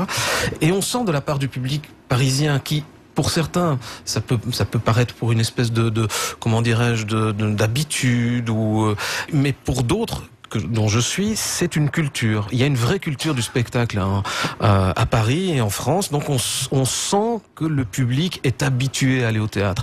Donc les choses vont beaucoup plus vite, les codes sont beaucoup plus rapides et c'est très très très agréable. Enfin, les gens sont plus ou moins détendus. Vous, Amanda, qui faites une carrière internationale, hein. Je vais pas très souvent en Belgique, c'est dommage. Ouais. Je vais pas très souvent, j'étais plusieurs fois. Mais le public italien, il est merveilleux. Le public italien est très fidèle, c'est vrai. Surtout quand vous n'êtes pas très habillé, hein. Non, oui, bon, c'est vrai qu'ils aiment bien les belles filles. Il y en a plein à la télé italienne. Maintenant, il n'y a qu'à se brancher sur n'importe quelle chaîne italienne. On pense que on n'a jamais pu faire en France une émission comme celle que vous réalisiez dans son lit. Dans le lit, tout à fait. Elle accueillait des hommes politiques dans son lit. Ouais. Je l'ai vu. Non, mon idée, c'était tout simplement qu'on est beaucoup plus à l'aise dans un lit, finalement, que quand on est en nœud papillon chez Drucker. Et c'est vrai, quand on est allongé, dans une situation un petit peu décontractée, on se confie plus facilement. Ah, bon, tu peux pas faire ça avec Drucker dans un lit. Il y a Coff qui pète sous les draps. Ça, c'est terrible. Ah oui, Jean-Pierre Coff pourrait pas faire l'interview. Ça pourrait être rigolo, parce qu'on verrait le drap qui ferait... Ça serait sympa comme ça. Il est consterné. Non, il est colère, là. Oui. Enfin, vous avez vu que votre ami Berlusconi... la gonzesse qui vient l'embrasser sur le podium, je ne sais pas qui c'est. Elle est superbe. Oui. Mais il a un petit bataillon pour lui, hein. Oh là là. Il a un bon casting. Et on vous a prêté des relations... À l'époque, bien sûr, vous savez, les mauvaises langues. Donc, comme je travaillais chez Berlusconi, forcément, j'étais sa maîtresse. Pas du tout. Je suis pas du tout son genre de femme. Mais lequel des deux n'a pas voulu? Ni l'un ni l'autre. Non, moi je suis pas. C'est pas mon type d'homme et moi je suis pas son type de femme. Mais bon, forcément, comme j'étais sa vedette partout avec lui, peut-être on croyait qu'il y avait. Il vous aurait fait oublier les mauvaises langues. Non, mais il aime pas du tout. Il aime pas les femmes les grandes blondes comme moi. Non, lui, il est plutôt porté sur les filles avec des fortes poitrines, comme on dit en France. Voilà, il aime bien les fortes dites en Italie, il a de quoi faire. Voilà, oui. Et l'italien, en ce moment, c'est fou. Il est obsédé par les gros nichons. C'est extraordinaire. En Italie, elles ont toutes des trucs. On doit avoir du sang italien. C'est fou, hein. Vous avez le complexe mammaire aussi? Non, mais moi les filles ont systématiquement des gros seins parce que j'ai des toutes petites mains. Donc, je suis très vite content. Où vous êtes-vous installé en France? Alors, je suis dans un petit village qui s'appelle Mareuil-sur-Cher, qui fait partie de l'entité de Saint-Aignan-sur-Cher, dans le 41. Et c'est un endroit magnifique. C'est à quelques kilomètres de Chenonceau et de Cheverny. Par là. C'est un endroit magnifique. À Cheverny, il y a du Et les gens sont formidables. Je vis dans une petite ville de gens chaleureux, ouverts. À ma manière, j'ai su ce que c'était que d'être immigré et je sais ce que c'est que d'avoir été accueilli. C'est quelque chose de magnifique. Vous élevez des animaux? Pourriez parler de mes enfants avec un peu plus de courtoisie. Je vous remercie, Philippe. Des enfants, vous en avez 4 qui sont de lits et de nationalités différentes. Oui, vous arrêtez avant de citer père différents aussi, s'il vous plaît. Oui, j'ai des enfants belges et des enfants franco-belges. Mais qui sont toutes des filles. Toutes des filles. Qui sont toutes des filles, La prochaine fois, je vais me concentrer très fort, mais toutes des filles. Expliquez alors pourquoi il y en a des franco-belges. Parce que l'une des deux mamans est strictement française et l'autre est strictement belge. Donc comme je suis resté belge et je compte le rester tant que le pays me le permet, parce que si un jour le pays part là où il veut aller, c'est-à-dire à la séparation, je ne serai de toute façon, je ne vais pas changer de conversation, mais j'ai dit à la Belgique entière qu'en ce qui me concerne, je ne serai jamais wallon. Je serai belge jusqu'à ce que la Belgique n'existe plus. J'espère partir avant elle et vivre très vieux. Mais si un jour je devais choisir, je deviendrais autre chose que wallon, peut-être français. Et alors, à côté des enfants, il y a des animaux? Quelques-uns, oui. On a l'antenne jusqu'à quelle heure, si je dois tous vous les citer? Non, il y en a beaucoup. Oui, j'en ai beaucoup. J'ai des ânes, des moutons, des chèvres, ratons laveurs, émeux, des oies, des poules, des canards, cochons, chiens, lapins. Pour le moment, on nourrit un petit agneau toutes les 4 heures. C'est ce qui est très mignon, c'est que, enfin mignon, certains le verront autrement, mais nous avons un petit bébé à la maison qui a 3 semaines et un agneau qui a 3 jours. Donc mon épouse se réveille pour donner le sein et moi pour donner le biberon. C'est authentique. C'est mignon. Et quand la petite Nina est venue au monde il y a 3 semaines, j'ai dit c'est la franco-belge. L'une des deux franco-belges.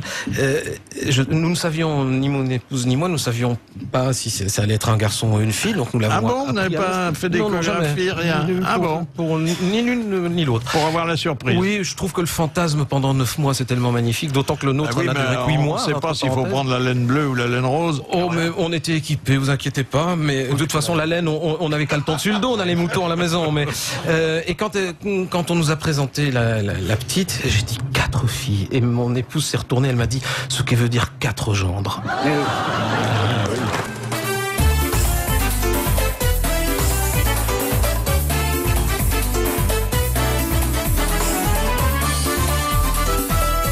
Les grosses têtes de l'été avec Philippe Bouvard sur RTL.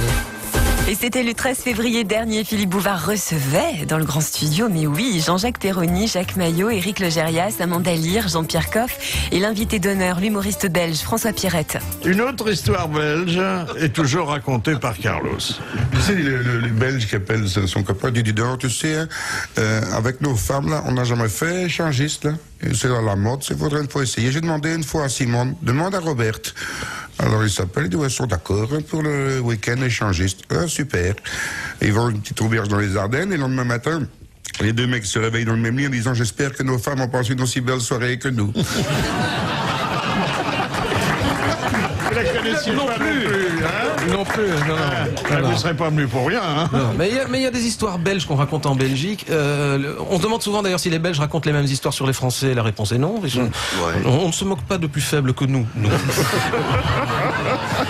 C'est peut-être pas celle-là que je voulais passer. Non, mais il y a beaucoup d'histoires qu'on raconte en Belgique, qui se sont créées en Belgique et qu'on ne raconte pas en France. Mais celle-là, je la connaissais pas. Non. Quoi, par exemple? Ce sont des histoires habides, hein, généralement. Mais ici, elles ont cours, on est d'accord? Oui. Je vais essayer de vous la faire courte, celle-là. C'est deux copains qui se revoient après 25 ans. Ils ont fait leurs études ensemble et ils se sont quittés. Ils se retrouvent dans un hall de gare, bêtement. Mais c'est bien toi? Oui, c'est moi. Oh, bah ça, alors ça fait plaisir. Je suis bien Jean-Pierre. Oui. Michel, tu te souviens de moi? Bien sûr, Michel de l'école communale. Et tu fais quoi? Je prends le Thalys, je vais à Paris. Ah bon? Oui, je vais à un salon de l'agriculture. Ah bon? Tu es dans le secteur agricole? Non, moi je suis chimiste, mais j'ai mis au point un procédé révolutionnaire d'un alambic un peu particulier. C'est sur base d'électrolyse, je transforme la merde en beurre. Je fais fortune avec ça. Tu quoi? Je transforme la merde en beurre. J'ai de grands débouchés dans les pays en voie de développement qui ont justement de gros problèmes sanitaires et à contrario de grands soucis de nutrition. Donc voilà, c'est un grand avenir. Je transforme la merde en beurre. Tu te fous de moi? Je dis non, d'ailleurs j'ai un échantillon sur moi. Tu veux goûter? Alors il lui donne un petit échantillon sur un bout de biscotte, il le goûte et il dit oui mais ça sent la merde. Il dit ah oui, ça évidemment.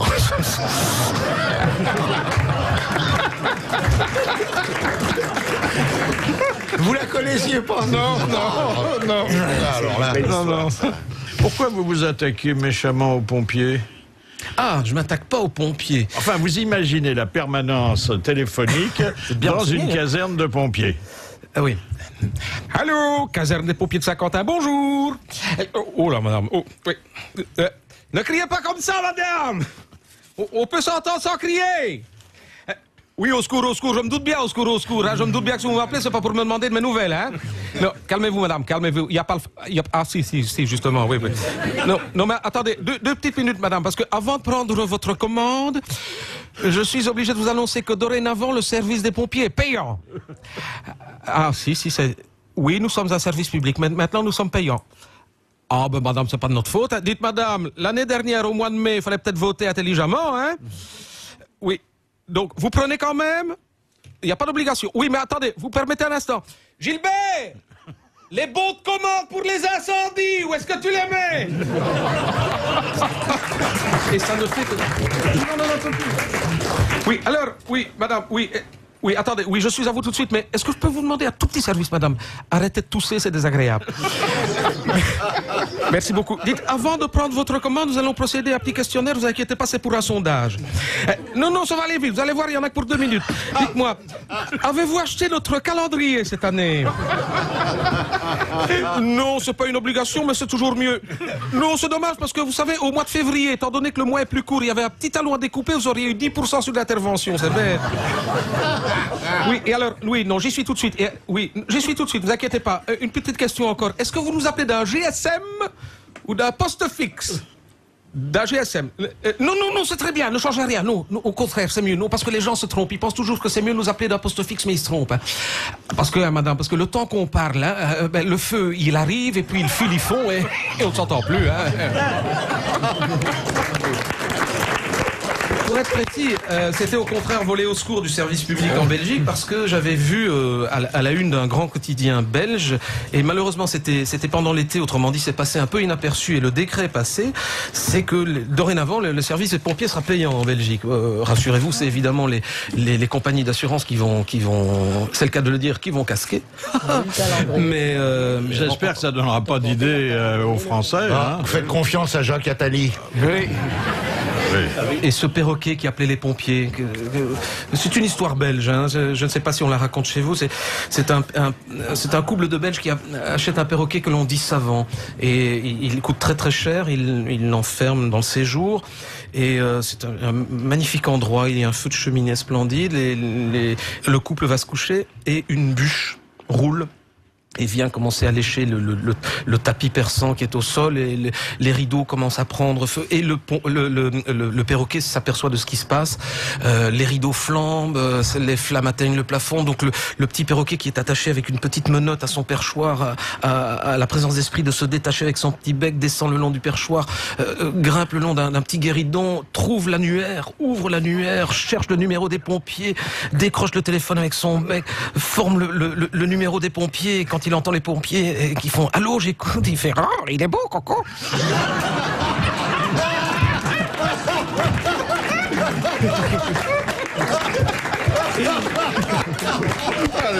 Excellent. Excellent.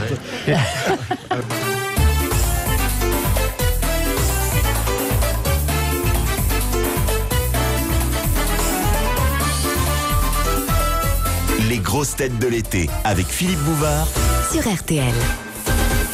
Et le 13 février dernier, je vous le demande en mille, qui était l'invité d'honneur de Philippe Bouvard 1 ? L'humoriste belge François Pirette. Quelle est votre recette, puisqu'on parle de bouffe, votre recette de frites ? On parle pas de bouffe, on parle ma recette de frites, je vais quand même parler sous le contrôle de Jean-Pierre Coff. Je fais très peu de frites à la maison parce que je trouve pas les ingrédients que je veux là où j'habite. On peut pas avoir que des avantages à habiter la Touraine. Les ingrédients, il faut des pommes de terre, non ? Pas n'importe quelle pomme de terre, c'est-à-dire, Jean-Pierre, pour les frites. La binge, bien sûr. La binge, c'est très difficile à trouver en France, mais on se débrouille, on fait autrement. Non, ce qui est plus difficile à trouver, c'est le blanc de bœuf et le blanc de cheval. Parce que vous faites ça avec effectivement de la graisse de cheval. Voilà, moitié graisse de cheval, moitié graisse de bœuf. Ah oui, c'est-à-dire de la frite bien grasse, bien imbibée, c'est ça. Non, parce que si on la cuit à bonne température, la graisse n'a pas le temps de pénétrer la chair de la pomme de terre. Si, je vous le promets, je vous invite à la maison quand vous voulez. Mais volontiers. Pour manger de la bonne frite. Retenue. Je ne sais pas si elle sera meilleure qu'ailleurs, mais en tout cas, de m'inviter, je vous remercie. Manger avec vos enfants et votre femme, mais vous n'êtes pas obligé de me faire venir. Mais il y a de moins, il faut reconnaître, parce que vous parlez de street food tout à l'heure, c'est très à la mode en France peut-être, en Belgique c'est une tradition. Non, alors là où il y a la frite, la moule n'est jamais loin. Très bien. Question de monsieur Moreau. Quelle méthode emploie-t-on pour se débarrasser des moules qui alourdissent les plateformes pétrolières ? On les mange ? Non, on envoie un autre coquillage qui s'appelle, je ne sais plus son nom. Alors, c'est pas un coquillage, d'ailleurs. C'est un mollusque. C'est un mollusque, un animal assez étonnant. Un Bernard l'ermite ? Une étoile de mer ? Une étoile de mer. C'est l'étoile de mer qui mange la moule. Bonne réponse de François Pirette.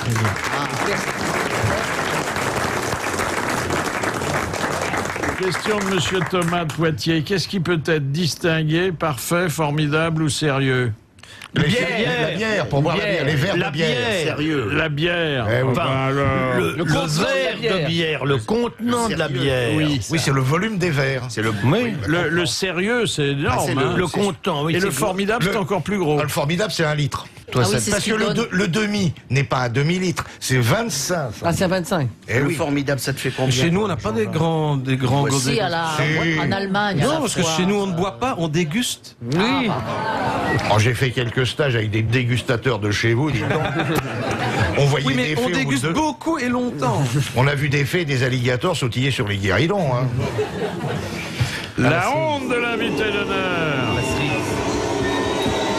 En fait, les gens qui me connaissent un peu dans ma famille ou chez mes proches m'encouragent depuis quelques années à écrire un recueil de mes plus grandes gaffes ou mes plus grandes hontes, ce qui fait que je n'avais que l'embarras du choix, mais celle-là, je peux au moins la raconter en public. Il y a un de mes amis qui vient un soir au théâtre me voir après la représentation en me disant « Qu'est-ce que tu fais telle date ?» Je dis « Je joue. » Il me dit « C'est embêtant parce que c'est mon mariage. » Il dit « Tu viendras malgré tout ?» Je dis « Oui, mais j'arriverai très tard, d'autant que je ne jouais pas dans la même région. » Donc j'arrive effectivement à son mariage très très tard. C'est un copain de longue date, de conditions modestes comme je l'ai été aussi. Donc je suis très étonné en arrivant de voir un endroit magnifique. Et devant laquelle étaient rangées des voitures comme je n'en avais jamais vu, à part devant chez vous peut-être, Philippe, mais attendez, des voitures, beaucoup étaient fabriquées en Angleterre d'ailleurs, vous voyez le genre, je dis, bon sang, c'est pas mon copain comme ça, il a tiré le gros lot, il a aussi tiré sa Carla, quoi, je veux dire, il s'est bien rangé, il doit avoir donc épouser une grande fortune. J'entre dans cette salle de mariage où la fête battait son plein, il était 1h du matin. Et je vois tous les regards se retourner vers moi. Je me permets de le préciser qu'en Belgique, ma tête est un peu connue, donc les gens sont très surpris de me voir là. Les enfants viennent déjà me demander des autographes. Et on me dit, mais vous êtes... Oui, je dis oui. Mais qu'est-ce que vous faites là? Mais je dis, je suis un copain du marié. Oh, il nous a rien dit, le cachotier, il nous en a jamais parlé. Et arrive la mariée, que je ne connais pas, moi je connais pas sa future femme. Et cette jeune dame magnifique, vous êtes un ami de mon mari? Mais oui, il nous en a jamais parlé, formidable, quelle grande surprise. Et je me retrouve avec du champagne à la main, j'ai un attroupement autour de moi, les gens se poussent, viennent trinquer avec moi, etc. Et j'ai un cadeau, et j'offre mon cadeau. très fier de moi, et quelqu'un part avec ce cadeau, et j'attends, et on me dit, il est pas là pour le moment, il est parti raccompagner quelqu'un, il arrive. Donc je suis resté un petit quart d'heure comme ça, trinqué avec tout le monde, apparemment c'était la nouvelle de la soirée, j'étais un ami d'un monsieur qui est arrivé que je ne connaissais absolument pas, bien sûr, je m'étais trompé de mariage, donc ce monsieur est arrivé, c'était donc pas mon copain, j'ai eu l'air d'un con quand même, hein, parce que... Et le cadeau? Et le cadeau, j'ai dû le récupérer, mais il avait été ouvert, évidemment, entre-temps. Donc, je suis arrivé à mon vrai mariage, il devait être 3h du matin, parce qu'il me lâchait plus les autres. Oh, vous allez rester avec nous, vous allez nous faire des sketchs géniaux. Et donc, c'est d'ailleurs quelqu'un de ce mariage qui m'a mené à l'autre, et je suis arrivé avec un cadeau déballé, j'ai dû expliquer, ils m'ont jamais cru, de l'autre côté. Mais c'était vrai. Mais en parlant de mariage, je vais la faire courte, j'ai fait bien pire que cela, à mon propre mariage. J'avais loué la salle des fêtes du théâtre de ma ville, qui est la ville de Mons en Belgique. Pour donner la fête de mon mariage, nous avions loué la salle de ce théâtre qui était magnifique. Et le lendemain du mariage, j'ai été récupérer les cadeaux que les gens avaient eu la bonté de nous offrir, et énormément de fleurs et de plantes. Il se fait que je faisais déjà de la radio depuis longtemps. Beaucoup d'auditeurs m'avaient envoyé des plantes. Il se fait que je n'aime pas trop ça, les plantes vertes, je trouve ça encombrant, ça prend la poussière, faut les entretenir, bref, c'est pas mon truc. Et le concierge du théâtre me donne un coup de main pour rassembler les trucs, balayer la salle, etc., très gentiment. Et pour le remercier, je lui dis, au fait, ta femme aime les plantes vertes? Il me dit oui, et je vais lui choisir la plus belle. Mais une belle, hein, un truc énorme qui avait coûté très cher, et je la lui offre. Et il me dit non, je voudrais pas. Je dis si, j'insiste. Il me dit non, c'est quelqu'un qui te l'a offerte. Je dis non, prends-la. Et je dis, tu sais, c'est peut-être un auditeur que je ne connais pas, donc ça ne me privera pas, ne t'inquiète pas. Et pour le mettre à l'aise, je lui dis, en plus je déteste ça. J'ai horreur de ça. Je trouve ça moche, plus c'est grand, plus c'est laid, etc. Et je casse le truc pour être sûr de le mettre à l'aise. Et il dit, mais il y a une carte de visite dessus. Et je vois famille Nicodème. Je dis, ben justement, je ne sais pas qui c'est. Il dit, retourne là, il y a peut-être les prénoms. Et derrière la carte, il y avait son prénom, celui de sa femme et celui de sa fille. Bon, j'ai quelque chose à vous dire. À partir de cette nuit, vous retrouverez un best-of des grosses têtes sur RTL, toutes les nuits entre 3h et 4h30 du matin. C'était le 13 février dernier. Philippe Bouvard avait reçu dans le grand studio de RTL l'humoriste belge François Pirette. Ah, on se quittera pas avant que vous ayez parlé de Mademoiselle Magnette, qui est une enseignante décédée et qui, avant de décéder, a rédigé un petit problème. Oui, donc c'est un pion de collège vient prendre une classe un lundi matin parce que l'enseignante n'est pas là et pour cause est décédée. Non, je suis désolé, je ne suis pas autorisé à vous révéler les circonstances, les causes d'ailleurs de la mort de Mademoiselle Magnette, car vos professeurs, en concertation d'ailleurs avec une délégation des parents d'élèves, ont préféré ne pas vous révéler la vérité afin de ne pas prendre le risque de vous traumatiser et surtout de vous faire culpabiliser jusqu'à la fin de vos jours. Quoi qu'il en soit, avant de se suicider, Mademoiselle Magnette a déposé cette enveloppe à votre attention sur le petit tabouret dont elle venait de se servir d'ailleurs. Enveloppe contenant un exercice destiné à vous occuper pendant toute cette heure de cours qu'elle s'excuse en commençant de ne pouvoir assurer elle-même. Je vous demanderai de prendre note. Étant donné un corbillard C partant d'un funérarium F pour se rendre à un cimetière C', sachant que C devrait normalement rouler à une vitesse constante de 6 km/h et que C devrait normalement être suivi par 32 élèves, 32 élèves, combien de ces 32 élèves restera-t-il une fois C arrivé à C', sachant que le cortège est obligé de passer devant le bar des étudiants, le CPE? Alors vous constaterez que Mademoiselle Magnette aura su rester généreuse jusqu'au bout puisqu'elle vous réclame une réponse qu'à 10 unités près et qu'elle vous donne l'indice suivant, c'est que la réponse est un nombre à un seul chiffre. Ah oui, j'allais oublier, étant donné que dans cette classe, vous aviez tous choisi théâtre comme option et comme cours complémentaire, votre professeur d'art dramatique vous fait savoir qu'étant donné que Mademoiselle Magnette n'avait aucune famille, que celles et ceux qui arriveraient à pleurer, mais sincèrement, pendant les obsèques, que l'enterrement pourrait compter comme épreuve pour la fin de l'année.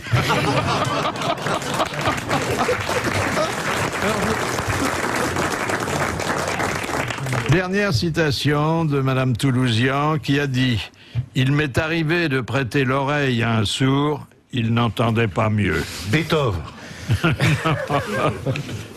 Francis Blanche. Pierre Dac, oui. Non, alors c'est évidemment un de nos grands comiques aujourd'hui disparus qui jouait merveilleusement avec les mots. Raymond DeVos. Raymond DeVos. Oui, bonne réponse de Logérias, c'était DeVos.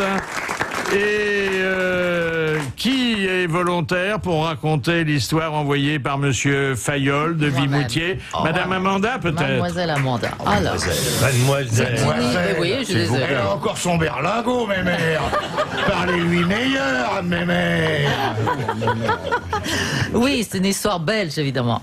Alors, dites-moi, Madame Van der Bruges, je vois que vous attendez un deuxième enfant. Êtes-vous adepte du biberon ou du sein? Ah, le premier, je lui ai donné le sein. Mais le second, je crois que je vais lui donner le biberon. Ah bon, pourquoi? Le sein, c'est pourtant mieux. Oui, mais ça fait trop mal une fois. Ah bon? C'est douloureux. Ben, c'est pas la tétée ce qui fait mal. C'est surtout quand je fais bouillir les tétines. Alors merci à François Pirette d'être enfin revenu sur scène après avoir été longtemps parmi le public. Et merci de porter la bonne parole à Paris, au théâtre du Gymnase. Merci, bravo, à demain. Philippe Bouvard officiel vous remercie de votre fidélité et vous invite à vous abonner.